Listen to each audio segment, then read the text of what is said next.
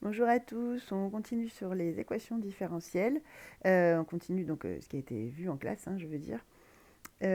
Donc on avait vu comment on résout une équation homogène, donc ça on l'a vu et revu même.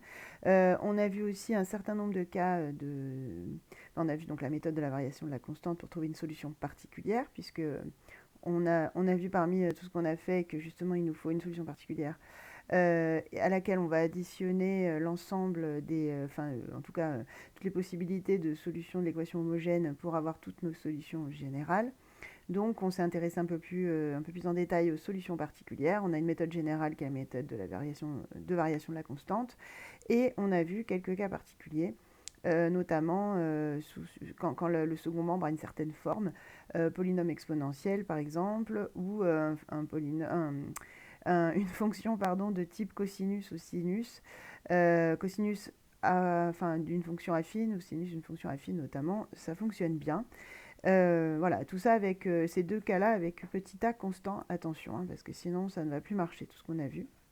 Donc voilà, on a vu quelques cas particuliers. On a vu aussi le cas de la superposition, c'est-à-dire que quand j'ai une somme en second membre, toujours le b de x, quand j'ai une somme de fonctions pour lesquelles j'arriverai à résoudre justement mon équation différentielle si je les prends séparément, ben, on peut le faire. Donc on fait séparément et après on n'aura plus qu'à additionner les solutions particulières et l'ensemble des solutions homogènes qui, lui, ne diffèrent pas de toute façon, quel que soit le second membre qu'on a au départ. Voilà, donc on a vu tout ça. Et on en était donc au problème de Cauchy, qui au final n'apporte pas grand-chose de neuf. Enfin, si, dans les cas pratiques. Mais pour nous, en tout cas, c'est pas très compliqué. On a déjà fait le plus difficile, puisque il s'agit de résoudre une équation différentielle d'ordre 1 linéaire de la même forme. Sauf que là, on va nous rajouter une condition qu'on appelle condition initiale, même si il ne s'agit pas forcément de la première valeur de x possible. Mais on appelle ça les conditions initiales en référence à un vocabulaire un peu plus de physicien, je dirais. Mais bon, peu importe, en tout cas, on nous pose une condition qui va nous amener à resserrer le nombre de candidats, et même beaucoup plus que ça, puisqu'on va en avoir une seule donc, de solution qui va vérifier cet ensemble-là, c'est-à-dire l'équation différentielle et la condition qu'on nous a posée. Voilà. Donc on était là, on avait vu justement les exemples, sauf qu'on ne l'avait pas démontré, donc on va le faire, c'est assez rapide. Le fameux théorème de Cauchy qui nous dit que si on prend un problème de Cauchy, déjà il admet une solution, mais en plus il en admet une unique. Alors qu'il admette une solution, en fait, ça je ne vais pas le redémontrer puisque on l'a déjà démontré quand on a démontré justement que l'ensemble des solutions d'une équation résolue, normalisée, de ce type était, bon, je vous renvoie à ce qu'on avait vu, mais donc je disais la somme d'une solution particulière avec une solution homogène de l'équation homogène type. Donc finalement, on va s'appuyer sur cette existence pour aller démontrer l'unicité. Donc c'est ce que on va faire.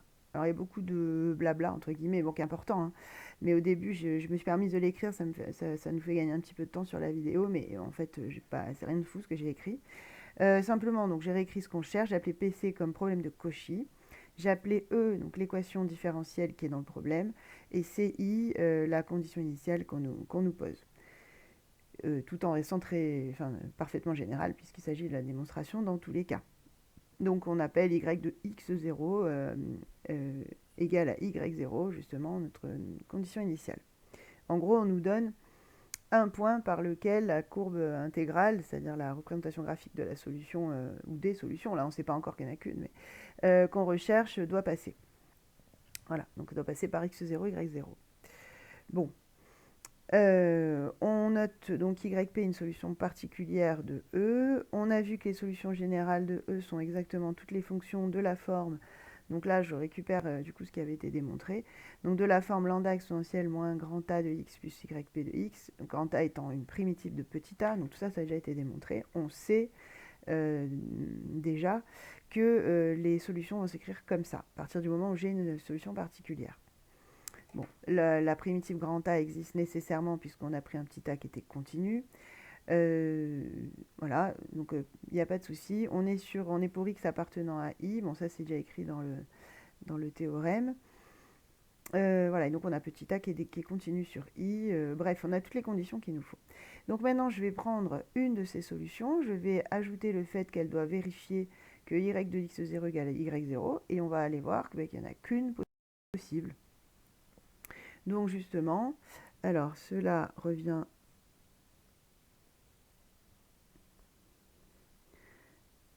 à dire que y vérifie. Donc d'une part, on doit avoir y qui s'écrit comme une solution de e. Donc y de x égale lambda exponentielle moins a de x plus yp de x. Et d'autre part, on doit avoir y de x0 égale à y0. Donc, du coup, si je remplace dans l'écriture de ma solution ici x par x0, je dois obtenir y0. Donc ça va me faire une nouvelle égalité, si on peut dire. Enfin, en fait, c'est pas une nouvelle, hein, c'est juste, je prends la deuxième, en fait, y de x0 égale y0, que je vais réécrire en utilisant la première. Donc y de x0, c'est lambda exponentielle de moins a en x0 plus yp en x0. Oui, c'est ça. Et donc, ça doit être égal à y de x0, qui est lui-même égal à y0, d'après justement ce qu'on vient de dire. Donc, du coup, maintenant que j'ai ça, la seule inconnue au final, c'est lambda, puisque tout le reste, ce sont des choses qui sont déjà posées. Yp est censé avoir déjà été fixé. Grand A, c'est juste une primitive de petit a qui est censée donc déjà exister et avoir été... Enfin, et elle est fixée, quoi, hein, puisque petit a est fixé. C'est juste que c'est une primitive, mais là on suppose on s'est fixé sur une. Et x0 et y0 sont fixés aussi. Donc finalement, il ne reste plus que lambda à déterminer. Donc là, ça nous dit que lambda de a moins a x0, de x0, je vais y arriver, est égal à y0 moins yp de x0. Et donc, si je cherche lambda, je vais juste basculer mon exponentielle. Je vais diviser donc par exponentielle le moins a de x0 qui revient à multiplier par exponentielle de a de x0.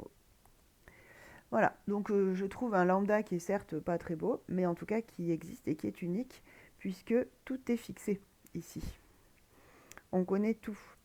Donc on peut en déduire que lambda est unique. Et donc, y en fait. Et donc, une seule, oui, on va dire ça, une seule solution vérifie le problème de Cauchy, donc PC. Voilà, donc vraiment, on s'est servi de tout ce qu'on avait déjà. Le problème de Cauchy contient une équatif, donc on se sert des solutions générales de notre équation différentielle, puisque une équation forcément de ce type-là. Et en utilisant la deuxième condition, à savoir le y de x0 égale à y0, on trouve qu'il n'y en a qu'une qui peut et qui est solution dans toutes ces fonctions. Voilà. On est bon, donc on a bien l'unicité. Donc le théorème de Cauchy est vérifié. Alors attention, il est vérifié, attention, hein, parce que c'est implicite, mais c'est quand même clairement écrit. L'une des conditions, c'est que l'équation différentielle au départ soit résolue, soit normalisée. Je n'ai rien devant y', j'ai un 1, quoi. Voilà. Et on verra que justement, ça peut poser quelques problèmes. Donc on y revient un petit peu plus tard. On en arrivait donc au 2,5b, le cas particulier d'une équation homogène. Je vais passer assez vite, je ne vais pas le démontrer, mais ça se démontre presque à l'oral en fait. En tout cas, ça s'explique à l'oral assez facilement. Donc on vous dit cette fois qu'on considère le problème de Cauchy qui est finalement le même que celui qu'on a vu, sauf que b de x vaut 0. Donc on a un espèce de problème de Cauchy homogène, si vous voulez. Et donc, alors, si on réfléchit bien à ce que nous dit le théorème de Cauchy, on est capable de dire là ce qui est écrit en dessous de nous-mêmes. Hein. C'est-à-dire que le problème de Cauchy nous dit que c'est un système, admet une unique solution en fait. Il y a une unique fonction qui va vérifier ces deux points. Bon, ok. Maintenant, si je regarde l'équation différentielle, il y en a une de fonction que je peux déjà donner à tous les coups quand l'équation est homogène, c'est la solution nulle. C'est-à-dire que y est égal à 0, la fonction, c'est une fonction la y, attention, hein, la fonction qui a x associe 0 tout le temps, donc la fonction nulle, est forcément solution. Or, cette fonction, elle passe par tous les points de coordonnées x0, 0, forcément, puisque ma fonction, la courbe intégrale, elle est là, hein.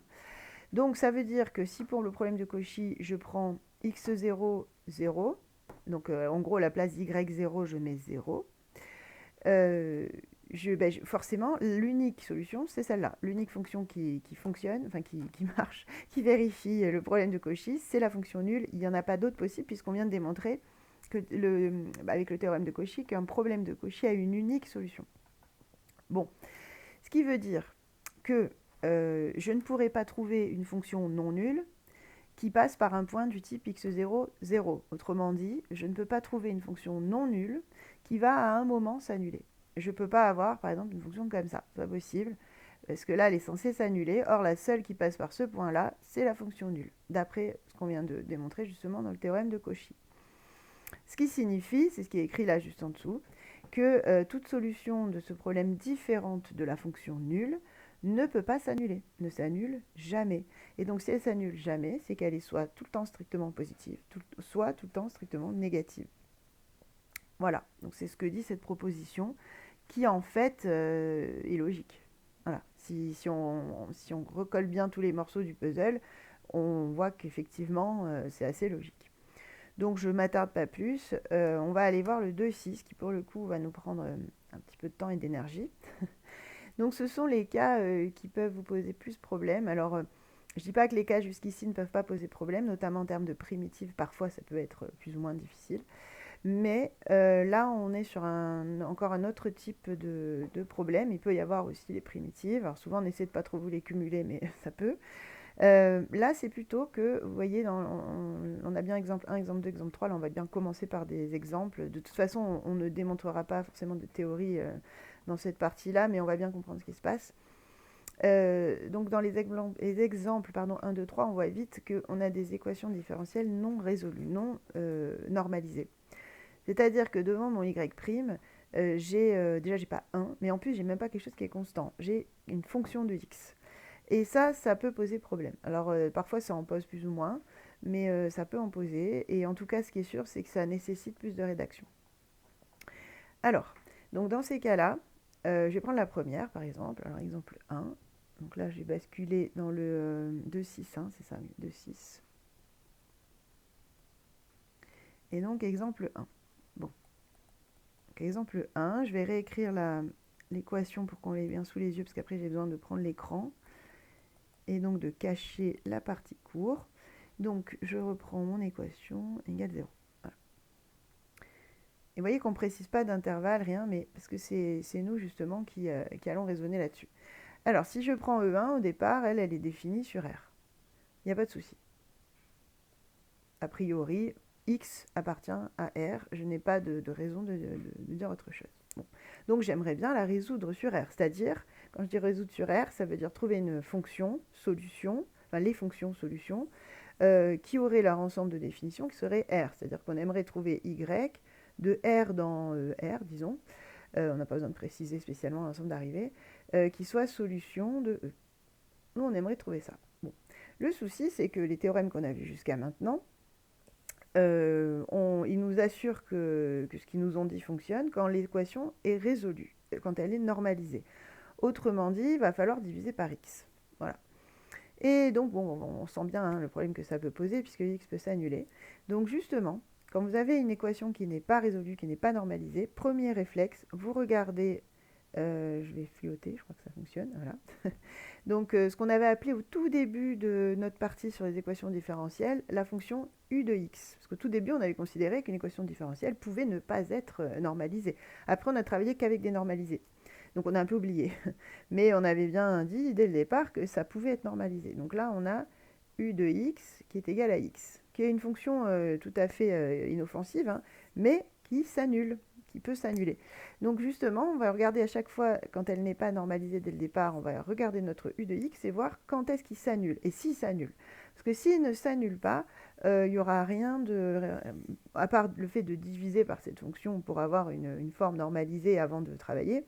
À part ça, il n'y aura pas grand-chose à changer par rapport à ce que vous avez pu voir jusqu'à maintenant. Par exemple, je vais l'effacer parce que là, on n'est pas sur cet exemple, mais juste pour avoir une idée de ce que je raconte. Voilà, imaginons que j'ai un truc comme ça, ou plutôt égal x. Là, ça ne s'annule. Pardon. Ça ne s'annule jamais. Donc, ok, je peux dire que c'est équivalent à y' plus 1 sur x carré plus 1 y égale x sur x carré plus 1. Voilà. Et point barre, je commence après ma résolution classique, enfin classique, telle qu'on les a vues jusqu'à maintenant, sur les formes résolues, point. Voilà. Là, il n'y a pas de souci. Sauf que dans les cas où ça s'annule, là, il va falloir réfléchir un petit peu plus. Alors, quand vous avez donc un u de x qui s'annule, on va être d'ores et déjà obligé d'enlever les valeurs de x justement où ça s'annule, évidemment. Donc là, ici, ce sera 0. Donc il faut enlever 0. Alors, quand j'ai enlevé 0, c'est enlever 0 donc de l'ensemble de définition de l'équation, bien sûr, puisqu'on va devoir diviser par x. Mais ça va être un peu plus compliqué que ça. Parce que, on n'avait pas trop insisté sur ce point-là, mais aussi tout ce qu'on avait vu fonctionnait sur des intervalles. Donc on doit avoir à chaque fois des fonctions qui sont continues sur un intervalle i. Et donc si j'enlève 0, le souci c'est que r étoile est plus un intervalle, c'est une réunion d'intervalles. Donc en fait ce que vous allez faire, c'est que à chaque fois que vous avez donc une valeur qui annule votre u de x, vous allez considérer les intervalles qui vous restent en gros en enlevant cette valeur ou ces valeurs, parfois il y en a plusieurs. Donc là, il n'y a que 0, donc en gros, ça veut dire que je vais me placer séparément, en fait. Je vais étudier séparément sur moins l'infini, 0, ouvert, bien sûr, et sur 0, puis infini, ouvert. Et donc, on va avoir finalement deux résolutions séparées. Et à la fin, on verra, on essaiera de voir ce qui se passe en 0, parce qu'en fait, en 0, on a quand même une information, je vais en parler. Et on essaiera de voir si tout ça, ça peut se coller pour former une seule solution sur R. Ça arrive que ça marche. Donc on en parlera, enfin une seule, voire une infinité même. Mais en tout cas, est-ce qu'on peut trouver quand même une ou des solutions sur R? Voilà. Et donc parfois ça ne fonctionnera pas évidemment. Donc il arrivera qu'on soit obligé de rester sur nos morceaux, entre guillemets, et donc ne pas avoir une résolution globale. Voilà l'idée générale. Donc maintenant on va essayer de la mettre en pratique. Alors justement, avant de diviser, parce que là je vois, je vais l'écrire d'ailleurs, je vais dire u s'annule en 0. Voilà, donc c'est ça qui pose problème. Et donc justement, avant de diviser, je vais étudier, je vais voir un peu ce qui se passe en 0. Donc pour x égale à 0, dans E1, j'ai 0 fois y' de 0, moins y de 0, égale 0. Alors ça, bon, ça vaut 0, mais il nous reste quand même une information intéressante, c'est que y de 0 égale 0. C'est-à-dire que si y est solution de cette équation, forcément, son image en 0 vaut 0. Après, on verra, il se peut que justement je ne puisse pas garder 0 à la fin, donc bon, on verra ce qu'on en fait de ça. Mais là, voilà, ce qui est sûr, c'est que si jamais on a une solution de E1 sur R, c'est-à-dire qui comprendrait 0 dans son ensemble de définition, ben, la seule image possible de 0, ce sera 0. Bon, donc ça, déjà, on le garde de côté. Donc ensuite, donc, ce qu'on va faire, c'est qu'on va résoudre donc, séparément sur R étoile moins, enfin, ou R moins étoile, disons, et sur R plus étoile. Donc je vais vous l'écrire clairement, ça. On résout ensuite séparément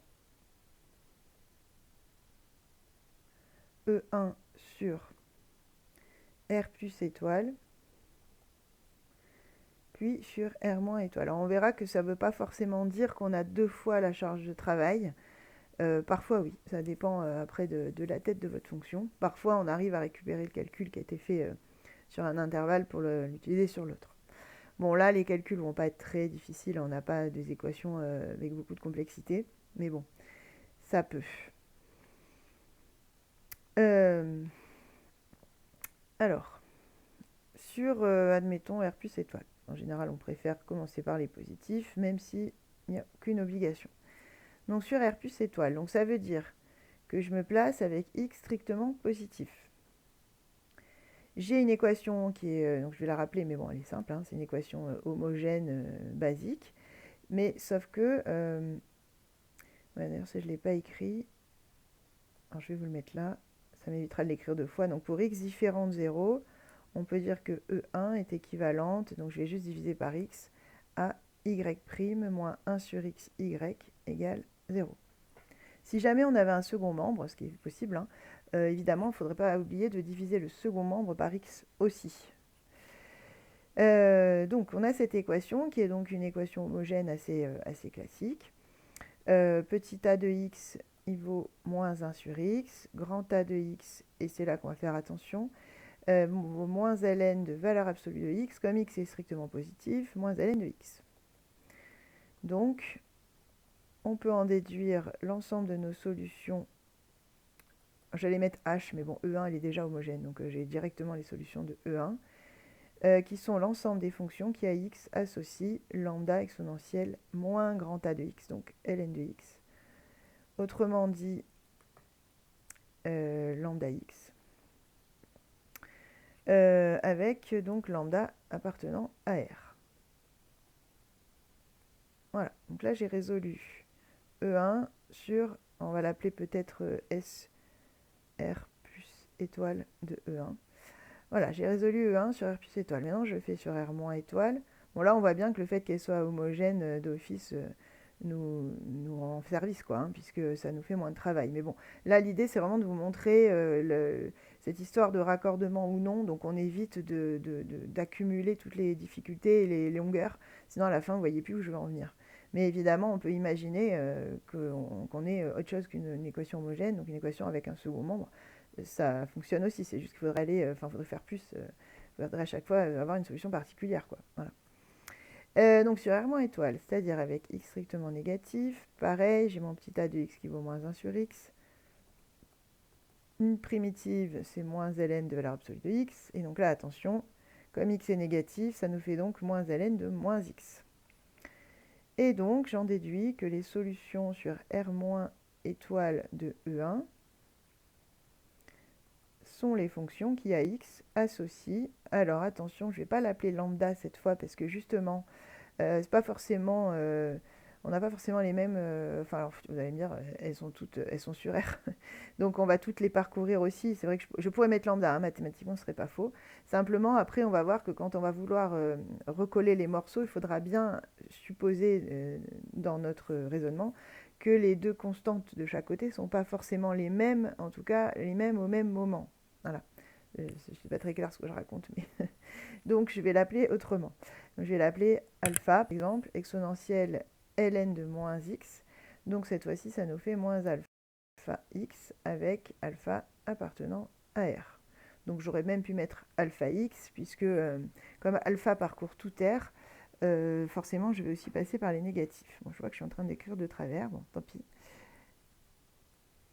Enfin, j'ai dit par les négatifs, je veux dire par les... On va forcément prendre les positifs et les négatifs, en fait, vu qu'alpha parcourt tout R. Donc j'aurais pu mettre juste alpha x, en réalité. Hein.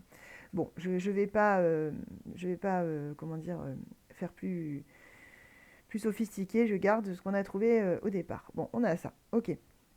Et donc maintenant, justement, alors on sait que si elle passe, si ma fonction, elle accepte 0 comme dans son ensemble de définition, bah, l'image sera forcément 0. Donc finalement, là maintenant, je vais essayer de voir si j'arrive à récupérer au moins une solution sur R. J'en ai peut-être une infinité, j'en aurai peut-être pas du tout. Et je me dis, bon, ok, alors si je considère une solution sur R, à quoi elle va ressembler? Ben, sur R plus étoile, elle sera forcément de la forme que j'ai trouvée là. Sur R moins étoile, elle sera forcément de la forme que j'ai trouvée là. Et en 0, elle vaudra forcément 0. Donc ça me donne quand même déjà un contour très précis, hein, à l'air de rien, d'une fonction qui pourrait être une solution sur R. Donc, a-t-on une solution de E1, donc ici, sur R? Autrement dit, peut-on raccorder? C'est ça là qu'on est en train de faire. On est en train d'étudier un raccordement éventuel. Donc, alors, si Y est une solution sur R, alors Y s'écrit, parce que ça on en est sûr, on vient de le montrer, une fonction qui à x associe, alors on aurait donc lambda x si x est strictement positif, 0 si x égale 0, et on aurait moins alpha x si x strictement négatif, avec bien sûr lambda et alpha appartenant à R. Voilà. Et donc maintenant on va aller voir, parce qu'il y a d'autres conditions. Donc attendez, il faudrait que je l'écrive d'ailleurs, c'est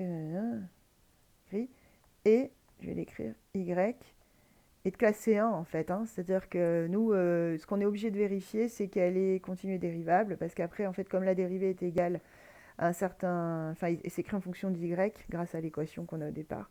De toute façon, la dérivée serait continue. Donc, on n'a pas besoin de démontrer que la dérivée est continue. En revanche, on a besoin de démontrer qu'elle est bien continue et dérivable. Et dérivable.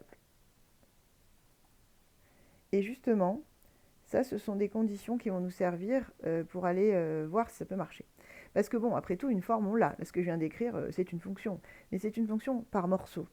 Donc rien ne nous assure qu'elle soit bien continue et dérivable, notamment en 0.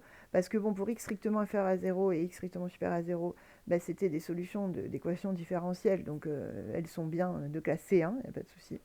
En revanche, en 0, donc justement là où on est censé raccorder ou pas, là on ne sait pas trop ce qui se passe.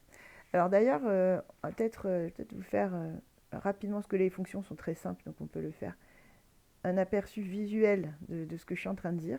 Donc moi, je suis en train de dire, y de 0 vaut forcément 0. Bon. Après, je suis en train de dire, si je me place donc sur R plus étoile, les seules fonctions solutions, ce seraient des lambda x. Alors lambda x, ça reste une fonction affine linéaire. Alors par exemple, voilà, sans prendre 0, bien sûr, puisqu'on a x strictement supérieur à 0. Donc là, on aurait lambda, j'en sais rien, là on est sur un lambda inférieur à 1. Hein. C'est un exemple, bon, je sais pas, voilà. Pour lambda. Donc là, je ne sais pas comment je peux vous écrire ça. En tout cas, voilà, ça, ce serait une solution sur R plus étoile. Et évidemment, elle pourrait être plus comme ça, elle pourrait être plus comme ça. J'ai pris un exemple. Elle pourrait même, d'ailleurs, je suis en train de me dire, elle pourrait même être comme ça. Hein, elle pourrait être décroissante, puisque lambda peut tout à fait être négatif. Nous, on sait juste que c'est en gros une demi-droite. Bon. Et de l'autre côté, même principe. Je vais le faire en bleu, voilà.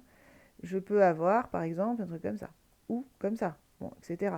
Donc même principe, j'ai moins alpha x. Moins alpha, c'est une constante qui peut être positive ou négative. Et donc au final, j'ai une demi-droite aussi qui se rapproche du point 0, 0, puisque c'est quand même une affine linéaire à la base. Et donc on sent bien, là on voit, que le raccordement, en tout cas en termes de continuité, je vais pouvoir le faire. C'est-à-dire que je vais pouvoir recoller les trois morceaux et arriver à trouver une fonction continue, puisque effectivement je pourrais tracer la fonction sans enlever le crayon de la feuille, hein, si on voit ça de façon un peu basique. Bon, nous on va le démontrer, mais... par contre, pour la dérivabilité, c'est moins gagné, puisqu'on voit bien que selon comment sont mes fonctions au départ, quand je vais les recoller, je vais avoir un angle, et ça on l'a déjà vu, un angle c'est pas bon du tout pour la dérivabilité. Donc on va aller étudier ça un peu plus en détail par le calcul, puisque ça se démontre tout ça. On évite de faire que de l'intuitif, hein, on ne le fait pas. C'est pas ce qu'on nous demande, on nous demande de démontrer, d'être inattaquable. Alors, donc, on y va. Y serait-elle continue?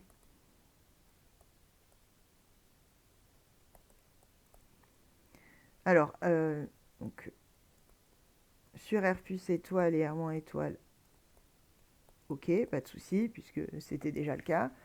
Donc la question, c'est en 0. Donc pour voir si on a continuité, rappelez-vous, il s'agit juste de calculer une limite, en fait. Donc il faut qu'on calcule la limite de y de x quand x tend vers 0 plus, et qu'on voit si ça va tendre vers y de 0.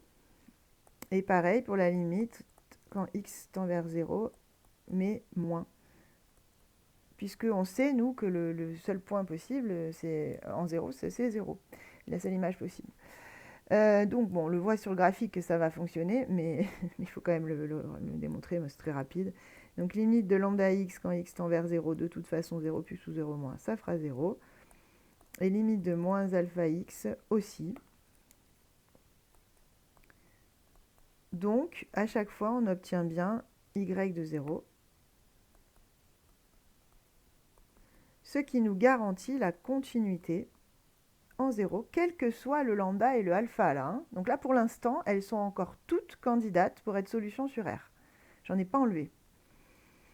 Donc y est continue. Bon, sauf que il faut aussi qu'elle soit dérivable. Donc en 0 et donc sur R, puisqu'on avait vu que ailleurs, il n'y avait pas de souci. Bon, continue, c'est bon. Donc évidemment, on commence par la continuité, puisque bon, si jamais la continuité ne marche pas, c'est même pas la peine d'aller chercher la dérivabilité. Mais du coup, quand la continuité fonctionne, il faut quand même aller jusqu'à la dérivabilité.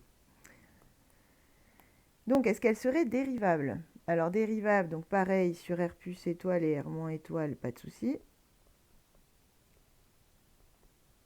OK. Hein. En revanche, en 0, à voir. Comme on disait, c'est pas gagné. Donc, rappelez-vous, là, il s'agit de calculer donc, un taux d'accroissement entre x et 0. Alors, je vais prendre x positif pour l'instant. Il faudra le faire des deux côtés. Donc là, ça me fait alpha x sur x. Donc, parce que y de 0, je vous rappelle vos 0. Hein, donc il me reste alpha, non pas alpha, lambda. Je suis sur le côté positif. Donc lambda, donc il reste lambda. Bon, pour l'instant, en tout cas, je trouve une dérivée à droite, puisque la limite existe, elle est réelle. Donc, limite de y de x moins y de 0 sur x moins 0. X tend vers 0 plus. Existe et vaut lambda, d'où f', vous vous rappelez, la dérivée à droite, nombre dérivé à droite en 0 égale lambda. Bon, existe donc et vaut lambda. Pour x négatif, cette fois-ci, y de x vaut moins alpha x, donc on a moins alpha x sur x, donc moins alpha. Donc, bon, il existe, hein, cela dit, existe, bon, c'est en 0 moins cette fois, et vaut moins alpha, d'où le nombre dérivé à gauche en 0 qui vaut moins alpha. Voilà, et donc est-ce que c'est dérivable en 0? On avait dit la fonction elle sera dérivable en 0 à condition que f'd existe, f'g existe et qu'ils soient égaux. Donc existe soit réel bien sûr et soit égaux. Et donc du coup, bah là on peut en déduire que f est dérivable. Alors j'ai mis f, pardon, c'était y, excusez-moi, depuis tout à l'heure je mets f. C'est y' d, y'g. Donc y est dérivable si et seulement si lambda égale alpha en 0. Voilà, et donc là on se rend compte que bon, elles ne marchent pas toutes quand même.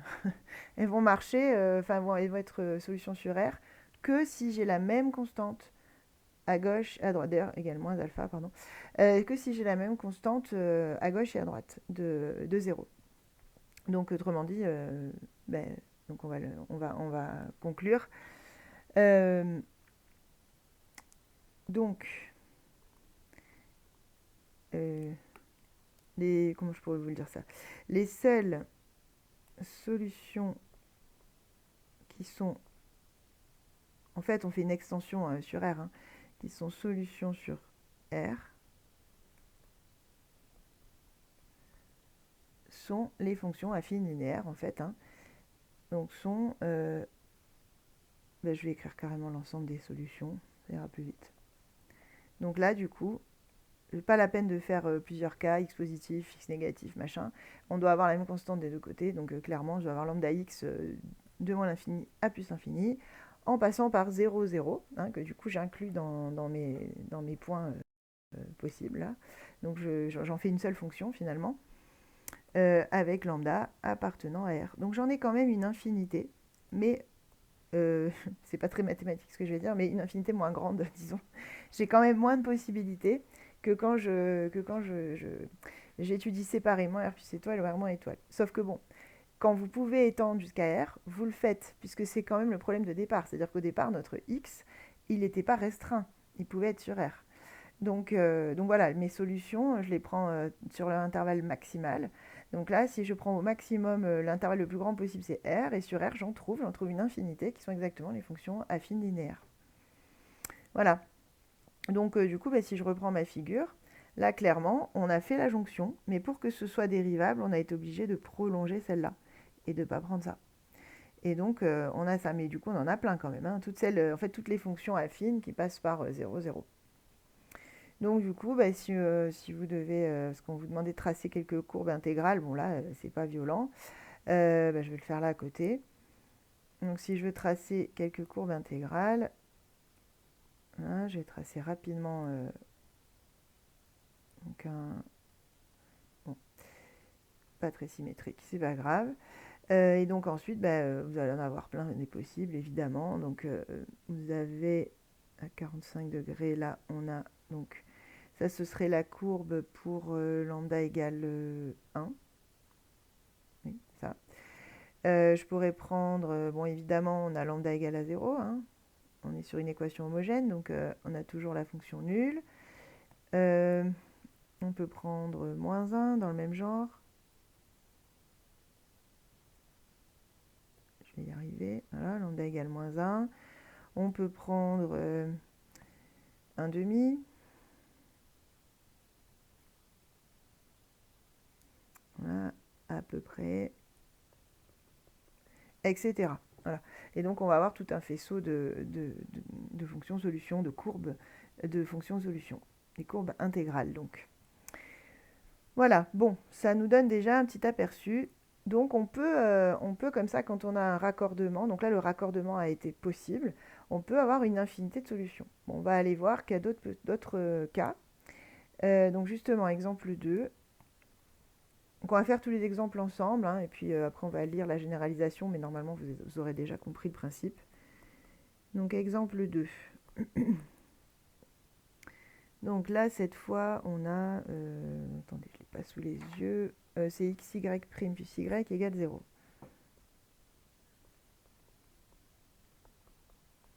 Voilà.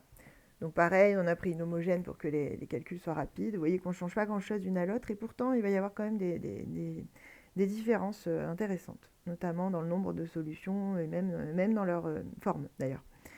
Alors, donc même idée que tout à l'heure. Mon u de x vaut x, donc elle est bien continue, etc. Ça n'y a pas de souci. Cela dit, elle s'annule en 0. Donc on va voir ce qui se passe en 0 avant de diviser, donc comme tout à l'heure. Donc là, bon, en fait, comme c'est une équation homogène, vous aurez toujours la même chose, hein, y de 0 vaut 0. Pas, puisque vous vous rappelez ce qu'on a dit tout à l'heure, on a donc la fonction nulle qui est forcément solution, et donc automatiquement, on va avoir à chaque fois y de 0 égale à 0. D'ailleurs, j'en profitais là avant de... Parce que tout à l'heure, oui, tant que j'y suis, voilà. Vous voyez là, je prends mes fonctions là que j'ai obtenues et je reviens simplement sur la proposition de tout à l'heure qui disait que quand on prend une solution différente de 0, elle ne s'annule jamais. Et là, vous voyez, quand je prends la verte par exemple, elle est différente de 0, c'est pas la fonction nulle, et pourtant elle s'annule. Et ça ne contredit pas ce qu'on a dit tout à l'heure, justement, parce que l'équation que j'avais au départ, là, les solutions que j'ai écrites et que j'ai dessinées ici sont les solutions de l'équation non résolue que j'avais au début. Et tout ce qui est issu du théorème de Cauchy, marche aux équations résolues. Donc cette histoire-là de dire quand l'équation est homogène, toutes les solutions qui ne sont pas nulles ne s'annulent jamais, ça marche si votre équation au départ est déjà résolue, déjà normalisée. Là, c'était pas le cas, donc c'est normal qu'on ait un résultat qui soit pas cohérent avec ça. Enfin, c'est cohérent en fait, voilà, justement, et qui vérifie pas le théorème de Cauchy, enfin la conséquence du théorème de Cauchy dont on vient de parler. C'est normal. Par contre, si on prend que sur R plus étoile, là où justement on avait pris la forme résolue de l'équation, là effectivement, si vous regardez ce qui se passe, vous cachez donc la partie R moins étoile, vous récupérez les solutions qui sont les demi-droites là, hein, sur R plus étoile. Et effectivement, chaque demi-droite, correspond à une fonction qui à chaque fois est soit strictement positive, soit strictement négative. Et il y en a aucune. Et rappelez-vous, x égale 0 n'était pas pris, donc elle ne s'annule pas non plus. Donc c'est parfaitement cohérent du moment où l'équation est normalisée. Voilà, bon, je ferme la parenthèse, mais c'était juste pour donner un peu plus de sens à ce que je disais tout à l'heure sur un exemple un peu plus concret. Donc je reviens à ce que j'étais en train de dire. On a donc notre y0 égale 0 forcément pour une équation homogène. Bon, donc ça ok. Du coup, maintenant je prends pour x différent de 0. Et donc cette fois-ci, alors elle s'appelait E2 l'équation. Je vais avoir E2 qui est équivalente à, et donc je normalise mon équation. Donc j'ai y' plus 1 sur x y égale 0 sur x, mais donc 0. Maintenant, je vais résoudre donc sur R plus étoile et sur R moins étoile séparément. Donc sur R plus étoile, elle est déjà homogène, donc juste on a besoin d'une primitive, bon on a déjà vu tout ça, hein. De petit a de x, donc ici c'est ln de valeur absolue de x, mais x est strictement positif, donc ln de x.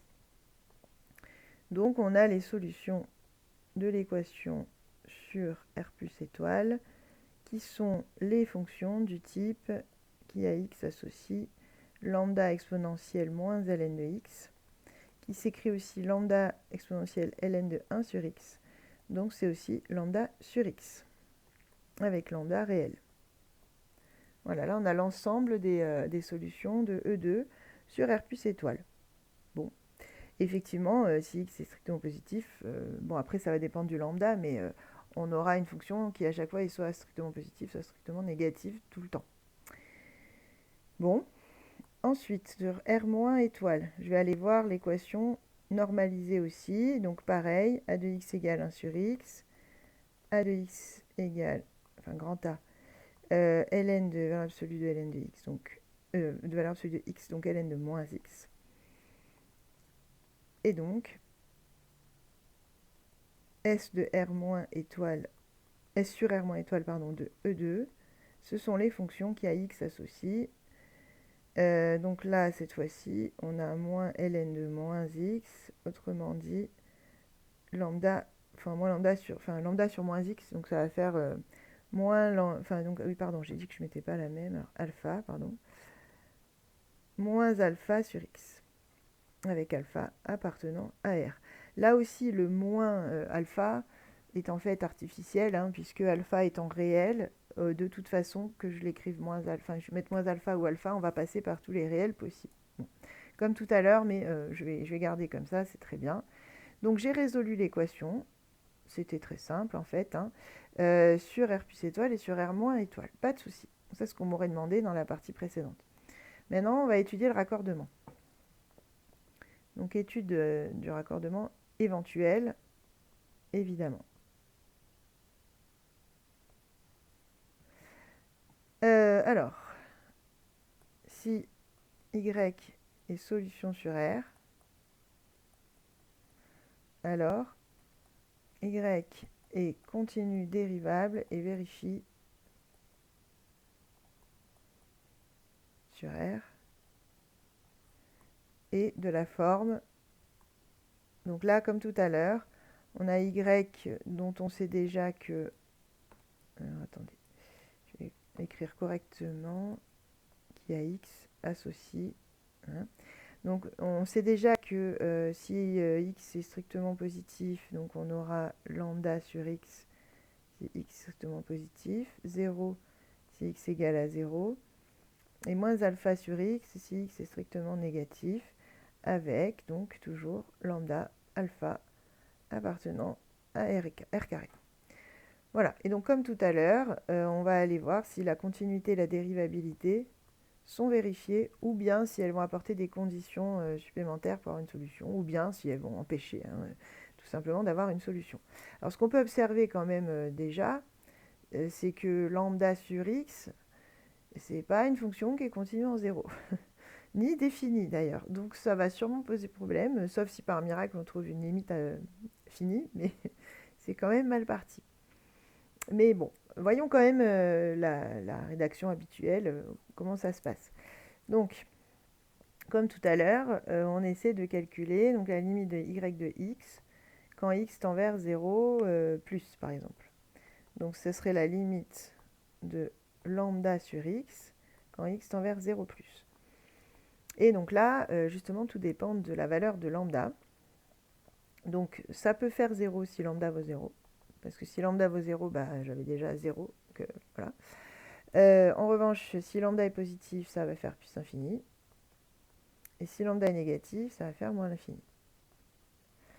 Donc, clairement, on ne peut pas avoir de continuité quand lambda est strictement positif ou lambda est strictement négatif. Ça ne tend même pas vers un réel. Donc ça risque pas de tendre vers y de 0. Il n'y a que là où on obtient bien y de 0. Donc si lambda vaut 0. Donc déjà, obligé, lambda vaut 0. Autrement dit, pour x strictement positif, la fonction est nulle. Maintenant, on va aller voir en 0-. Et on va avoir le même type de problème. Donc en 0-, bah pareil, 0 si alpha vaut 0. Et ensuite, alors si alpha est positif, moins alpha est négatif en dessous, c'est négatif, donc ça fera plus l'infini si alpha est positif, moins l'infini si alpha est négatif. Voilà. Donc là aussi, clairement, il n'y a que alpha égale à 0 qui fonctionne. Et heureusement pour nous, il y a quand même lambda et alpha, quand les deux valent 0, tout marche, puisqu'on va bien avoir dans ces deux cas-là un raccordement. Ce qui n'est pas étonnant, puisque ça nous donne ça, en fait, ça nous donne la fonction nulle. Donc là, on est en train de voir que la seule qui fonctionne, c'est la fonction nulle, dont on savait déjà qu'elle marchait, en fait, qu'elle était solution, puisque j'ai une équation qui est homogène. Donc, bon, en gros, il n'y en a qu'une qui marche, c'est la fonction nulle. C'est même pas la peine d'aller voir la dérivabilité. La fonction nulle est dérivable sans problème, donc on l'a, la seule qui marche. Voilà, donc là, bah, on peut déjà écrire la conclusion. Alors comment je vais vous l'écrire? Je vais le mettre là. Ainsi, y n'est continu que si alpha égale lambda égale 0. Autrement dit, y est la fonction nulle.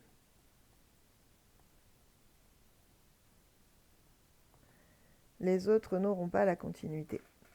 Parce que là, il faut bien comprendre que en fait, quand je trace, je cherche mon raccordement là, donc j'ai ici mon point en 0, et après, si je prends lambda non nul, ben, j'ai quelque chose d'hyperbolique. Donc par exemple, ben, la fonction inverse, hein, voilà. Et de ce côté, et de l'autre côté, si je prends alpha, donc là j'ai pris lambda égale 1, si je prends alpha qui vaut moins 1, je vais avoir ça. Si je prends alpha qui vaut 1, je vais avoir ça. Enfin bref, dans tous les cas, clairement, effectivement, lui, il est un peu tout seul. Hein. On peut pas aller vers l'infini et venir se raccorder en 0,0. C'est pas possible. Sauf quand lambda vaut 0, voilà, parce que quand lambda vaut 0, ben, c'est le seul cas où c'est pas hyperbolique.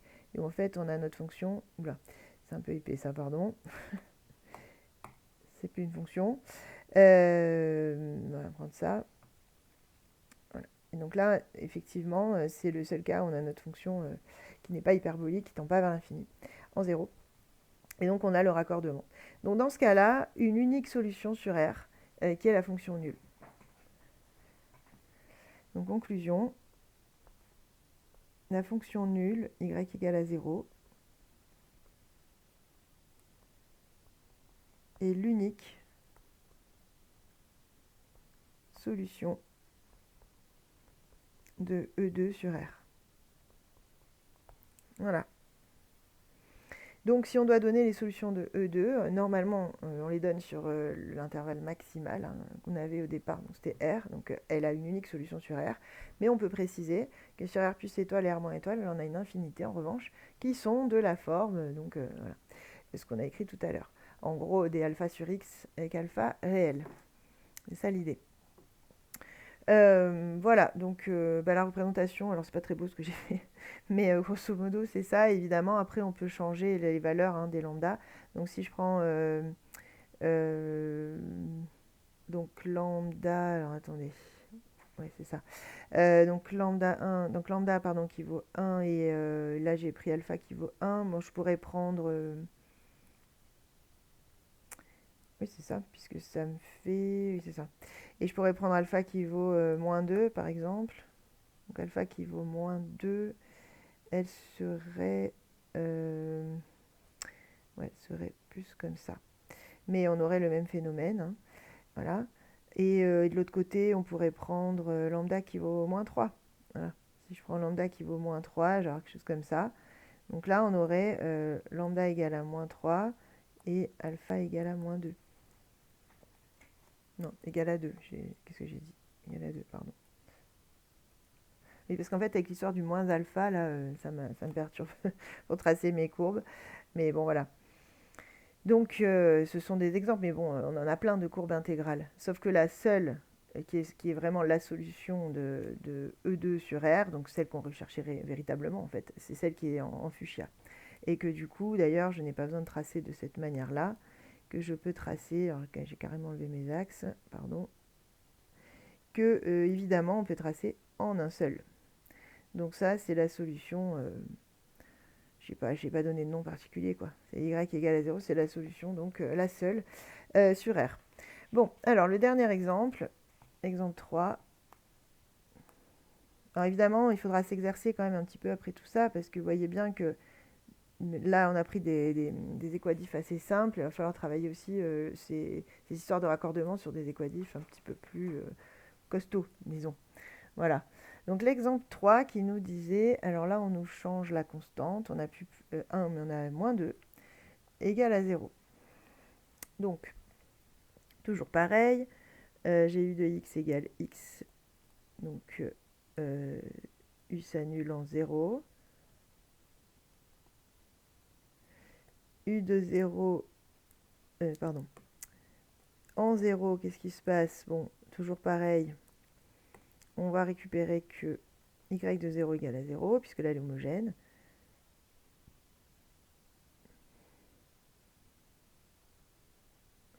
Oui, alors en fait, depuis tout à l'heure, je vous dis, vu qu'elle est homogène, y. Alors, oui, dans ce type-là d'équation, évidemment, parce que là, on a xy, hein, xy prime, je veux dire. Et donc, quand x vaut 0, automatiquement, vous n'avez plus la dérivée qui intervient. Sinon, attention quand même, enfin, modérez ce que je dis, parce que, évidemment, selon ce que vous allez avoir, vous pourriez avoir d'autres possibilités pour y de 0 quand même, hein. Je, faut faire attention à ce que... Parce que bon, moi j'ai tendance à généraliser parce que c'est intéressant de voir, mais voilà, il faut quand même penser qu'il pourrait y avoir plein de cas. Donc là, c'est à généraliser là sur ce type d'équation. Mais bon, attention. Bon, bref. Donc 0 fois y' de 0, moins 2 fois y de 0 égale à 0. Et donc, effectivement, comme là, ça vaut 0, il me reste y de 0 égale 0. Ok, donc je sais combien vaut ma fonction en 0. Automatiquement. Si jamais elle est solution, en tout cas, elle doit passer par 0, 0. Ensuite, donc, du coup, on va étudier séparément. Alors, sur R plus étoile, ah oui, alors, ce que je vais faire d'abord, c'est que je vais la normaliser. Donc, pour x différent de 0, celle-là, c'est E3. E3 est équivalente à y' moins 2 sur x, y égale 0 sur x, mais donc 0. Ok, donc sur R plus étoile. Alors, petit a de x, c'est moins 2 sur x. Donc, grand A de x, c'est moins 2 ln de x. Autrement dit, on peut l'écrire aussi moins ln de x carré. Donc, les solutions de E3 sur R plus étoile sont les fonctions du type qui à x associe donc lambda exponentielle ln de x carré, autrement dit lambda de x carré, avec lambda appartenant à R. Donc on a une demi-parabole, en gros, puisque lambda x carré, alors elle peut être orientée vers le haut, vers le bas, mais on a une idée précise de ce que ça peut donner, et donc on est du côté droit de l'axe des ordonnées, donc on a une demi-parabole. Ok. Ensuite, donc sur R moins étoile. A de x égale moins 2 sur x toujours. Et là, attention, je ne l'ai pas dit tout à l'heure, mais c'est moins 2 ln de valeur absolue de x, donc comme x est négatif, on va avoir ln de moins x. Ce qui nous donne donc moins ln de moins x au carré, autrement dit, moins ln de x carré, avec un x négatif.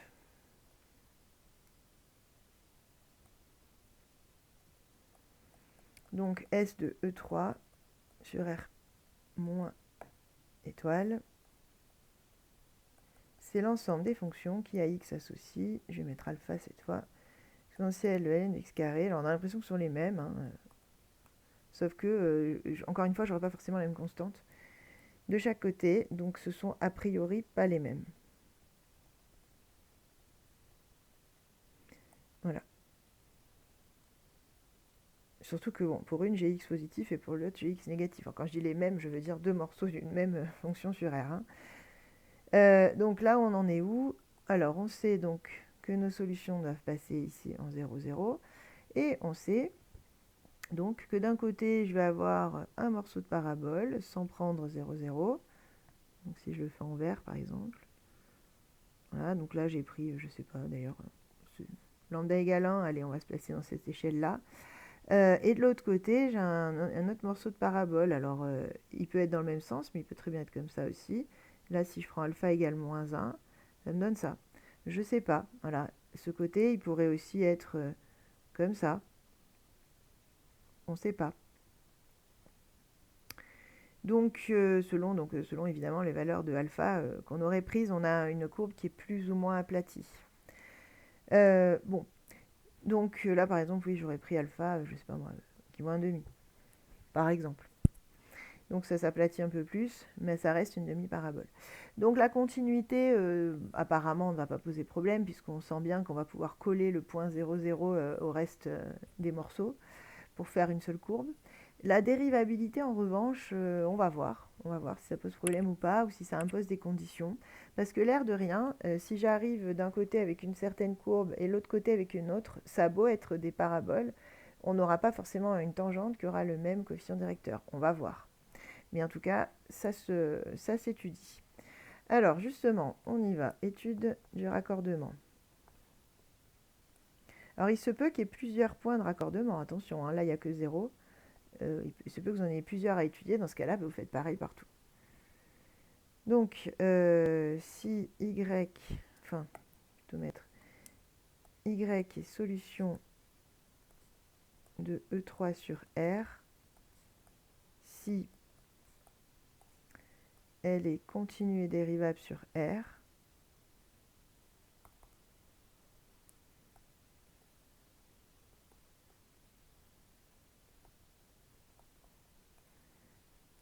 et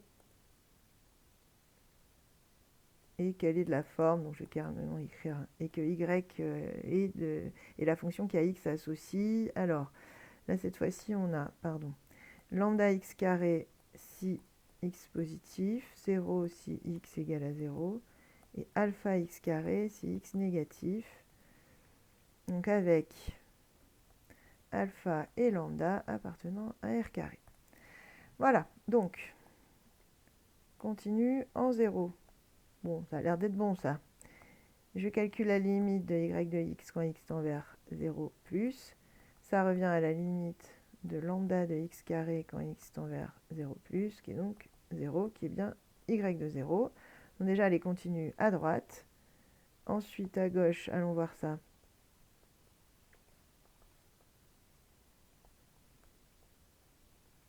C'est pas lambda cette fois, c'est alpha, mais ça ne va rien changer.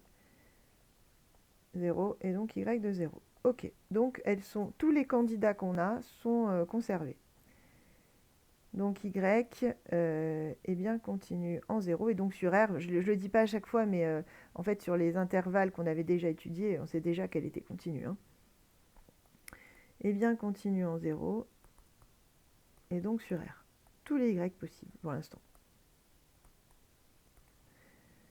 Ok, ensuite, dérivable.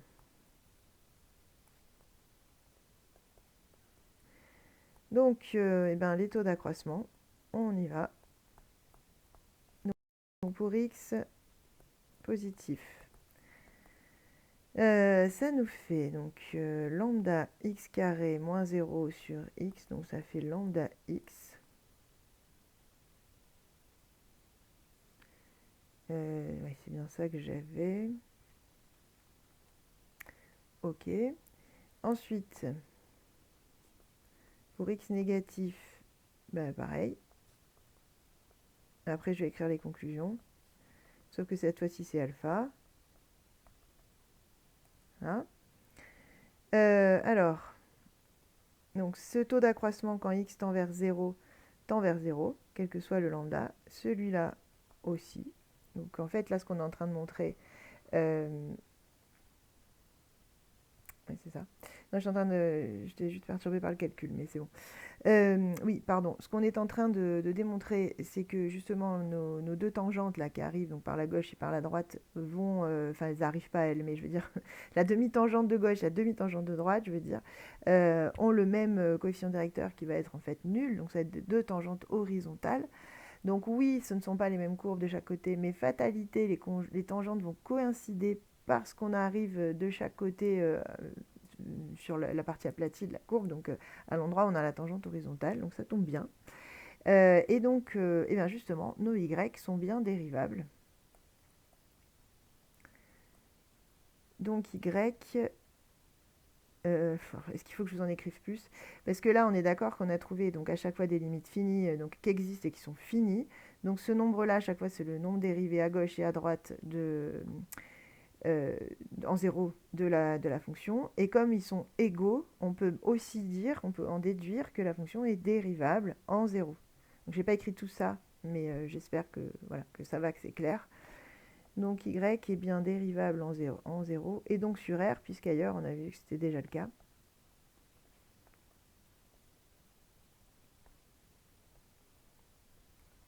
Voilà. Et donc ben là, on est dans le cas où elles fonctionnaient toutes en fait. C'est-à-dire que le problème qu'on avait en 0 n'était pas un vrai problème. On peut faire une extension des solutions qu'on a trouvées et tout recoller. Donc en fait, on a sur R les mêmes solutions. En conclusion,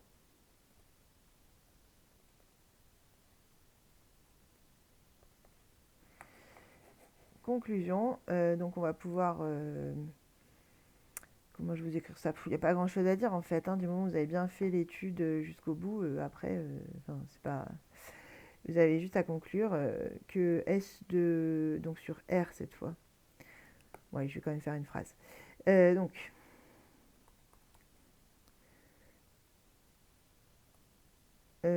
tous les raccordements sont possibles. Je sais pas comment vous l'écrire. On peut, je vais mettre comme ça. On peut raccorder euh, toutes les solutions sur R- avec le point 0, 0 et avec toutes les solutions sur R+.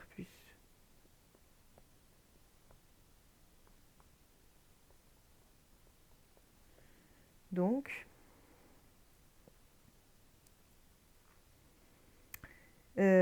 l'ensemble des solutions de E3, donc sur R cette fois, ce sont les fonctions qui à x associent, et donc là, ben, on va écrire tout le pavé. Lambda x carré pour x. Donc là, pour le coup, je ne vais pas mettre le k égal à 0, puisque enfin, ça ne sert à rien. Et en gros, je peux avoir une autre constante de l'autre côté. Donc je suis obligée de le spécifier parce que ce ne sont pas forcément des paraboles complètes, quoi. Voilà. Je peux avoir donc une moitié de parabole qui vient se coller à une autre moitié, et c'est une solution possible. Voilà, avec donc alpha et lambda appartenant à R carré. Donc là, clairement, ça valait le coup d'aller voir si ça s'étendait à R.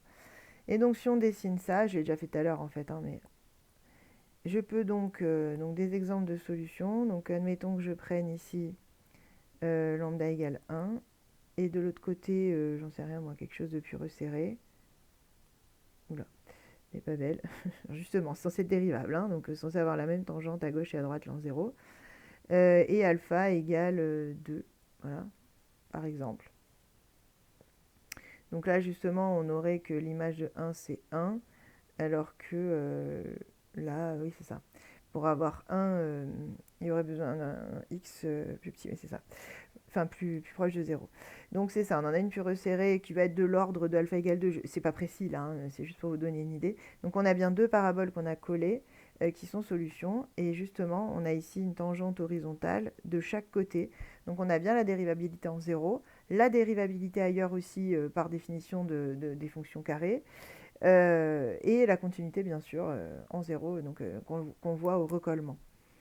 On pourrait en avoir une aussi du type, donc je pourrais prendre, je sais pas moi, alpha qui vaut moins 1, et après prendre un lambda voilà, qui vaudrait par exemple un demi. Alors voilà. Donc ça fait une espèce de... J'ai eu du mal à être plus précise là comme ça, mais je pense que vous avez compris l'idée. Donc une moitié de parabole vers le bas, l'autre moitié vers le haut. On peut très bien avoir aussi ces solutions-là. Voilà, bon, je pense que j'en ai assez dit là. Ah oui, juste la petite généralisation donc derrière. Et avant la généralisation, je dirais même que là, vous voyez que sur les trois exemples qu'on a vus, une petite remarque, on a remarqué qu'il peut y avoir une unique solution. C'était quand il n'y en a qu'une, c'est la fonction nulle. Quand elle est homogène, attention, hein, quand la fonction est homogène, l'équation pardon, est homogène, on peut avoir une unique solution qui est la fonction nulle ou bien une infinité de solutions. C'était le cas, donc l'exemple 1 et 3, on avait une infinité, l'exemple 2, on avait une unique solution. On pourrait aussi, alors on ne peut pas avoir aucune solution quand l'équation est homogène, puisqu'on va avoir la fonction nulle qui fonctionne, qui marche. Mais quand on a une équation différentielle qui n'est pas homogène dans notre équation de départ qui n'est pas résolue, on peut aussi n'avoir aucune solution. C'est possible. Voilà. Donc, bon, on en verra de toute façon en travaux dirigés d'autres exemples, mais déjà, ça vous donne un petit panel et puis une petite idée des problèmes qui peuvent survenir dans les histoires de raccordement quand on part d'une équation qui n'est pas sous forme normalisée. Bon, j'espère que donc ça va globalement. Le cas général qu'on vous écrivait à la fin, là, en gros, c'est ce qu'on a dit, c'est-à-dire que on commence par chercher les points x, enfin donc les valeurs de x qui annulent u de x. Et ensuite, on divise donc l'intervalle qu'on avait au départ de définition. Nous, c'était R à chaque fois au départ. Mais bon, ça pourrait être autre chose. Il se pourrait que dès le départ, on ait un intervalle restreint, si par exemple il y a un ln de x qui traîne ou quelque chose comme ça. Hein. Donc l'intervalle qu'on a au départ, on va le diviser en sous-intervalles qui correspondent aux intervalles qui sont entre les valeurs qui annulent u. Voilà. Donc chaque intervalle ne contient pas de valeur qui annule u. Après, sur chaque sous-intervalle, donc, on divise par u de x notre équation, et donc on obtient une équation qui est normalisée, donc on peut la résoudre. Et ensuite, on essaie d'effectuer un raccordement en chaque point qui annulait u de x. C'est ce qu'on a fait. Nous, à chaque fois, il n'y en avait qu'un, mais il pourrait y en avoir plusieurs. Voilà. Et on utilise, on vous l'a écrit là en bas, je vais peut-être le mettre d'ailleurs à l'écran. C'était là. Non, c'était là. C'était, pardon, toujours pas. C'était, où je l'ai mis? Ah oui, d'accord, je suis vachement descendue en fait. Voilà, pardon, c'était là. C'est ce que je suis en train de dire, c'est ce qui est là. Voilà, et donc tout en bas, justement, on vous dit que pour effectuer le raccordement éventuel, hein, puisqu'on a bien vu que des fois ça marche pas, si on utilise le fait que f est solution de E, si f est continue, dérivable, et que justement elle va avoir la forme adéquate qui a été déterminée sur les sous-intervalles respectifs. Voilà, bon, j'espère que donc ça va globalement. Je sais que c'est pas la partie la plus simple, mais l'avantage de la vidéo, c'est que du coup, vous pouvez écouter, réécouter au besoin. Et bien entendu, vous pouvez aussi m'en parler en live s'il reste des questions. De toute façon, on en parlera, je suppose, pendant les exercices. Bon, merci pour votre écoute et à très bientôt.